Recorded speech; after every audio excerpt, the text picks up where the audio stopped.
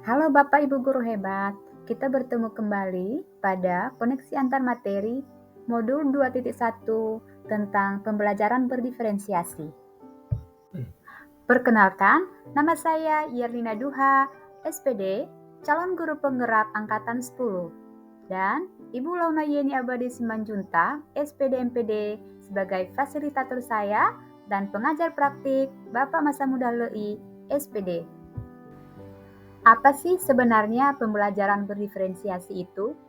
Nah, pembelajaran berdiferensiasi adalah pembelajaran yang mengakomodir kebutuhan belajar murid. Guru memfasilitasi murid sesuai dengan kebutuhannya karena setiap murid mempunyai karakteristik yang berbeda-beda, sehingga tidak bisa diberi perlakuan yang sama. Maksudnya apa ya? Bahwa setiap anak adalah unik, mereka memiliki kelebihan dan kekurangannya masing-masing. Begitu juga dengan minat, gaya belajar, pola pikir, kebiasaan, kemampuan literasi, dan lain-lain. Disinilah diperlukan usaha guru dapat memenuhi kebutuhan belajar murid yang berbeda-beda, agar mereka merasa nyaman saat belajar di kelas dan tentunya tujuan pembelajaran dapat tercapai. Bagaimana caranya melakukan pembelajaran berdiferensiasi di kelas? Yang pertama, kita harus memahami apa tujuan pembelajaran. Kemudian, harus mengetahui dan merespon apa yang menjadi kebutuhan belajar murid.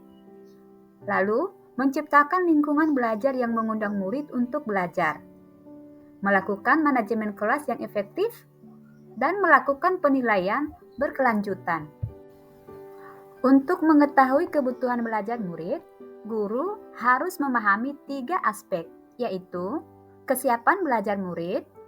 Guru perlu melihat kesiapan belajar murid untuk mengetahui kapasitas murid mempelajari materi, konsep atau keterampilan baru. Lalu, minat murid. Tentunya, guru memberikan pilihan kepada murid untuk belajar sesuai dengan minatnya. Belajar sesuai minat dapat meningkatkan motivasi murid untuk belajar. Dan yang terakhir, profil belajar murid. Dalam hal ini, guru memberikan kesempatan kepada murid untuk belajar secara alami dan efisien bergantung dari gaya belajarnya, kecerdasan majemuknya, pengaruh budaya, dan lingkungannya. Untuk kesiapan belajar murid, di sini mengharuskan guru untuk menilai pengetahuan awal dan menentukan apa yang diketahui murid dan di mana murid berada. Profil belajar murid, kita harus mengetahui bagaimana lingkungan murid, kemudian budaya, gaya belajar, dan kecerdasan majemuknya. Untuk minat murid, setiap anak pasti berbeda-beda. Minat merupakan salah satu motivator yang sangat penting bagi murid untuk terlibat aktif dalam proses pembelajaran.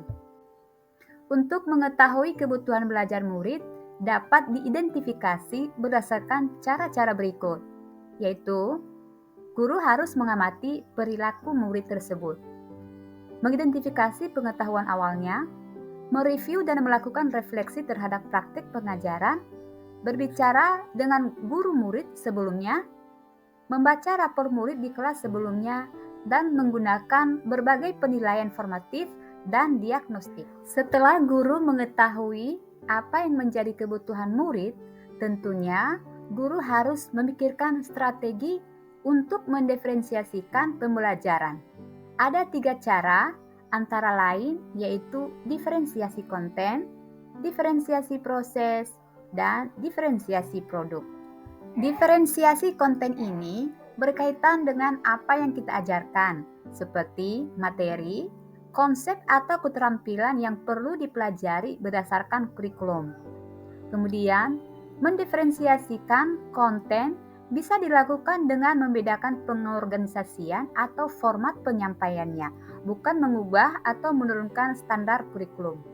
Sedangkan diferensiasi proses, ini adalah kegiatan yang memungkinkan murid dapat berlatih dan memahami atau memaknai konten dengan cara membedakan proses yang harus dijalani oleh murid. Diferensiasi produk juga merupakan bukti yang menunjukkan apa yang murid telah pahami dengan cara membedakan atau memodifikasi produk atau sebagai hasil belajar murid, hasil latihan, penerapan dan pengembangan apa yang telah dipelajari. Nah, apakah ada keterkaitan antara modul pembelajaran berdiferensiasi dengan modul-modul yang lain? Tentunya ada. Untuk dapat melakukan pembelajaran berdiferensiasi, guru harus berusaha memenuhi kebutuhan belajar murid sesuai dengan kodrat alam dan kodrat zamannya, sesuai dengan filosofi Ki Hajar Dewantara. Kemudian, dalam melakukan pembelajaran berdiferensiasi ini, seorang guru penggerak harus berpihak pada murid, reflektif, mandiri, kolaboratif, dan inovatif, guna menciptakan pembelajaran berdiferensiasi agar dapat memenuhi kebutuhan murid. Dengan demikian, seorang guru penggerak dapat mewujudkan kepemimpinan murid dengan menuntun murid merdeka belajar. Hal ini sesuai dengan nilai dan peran guru penggerak.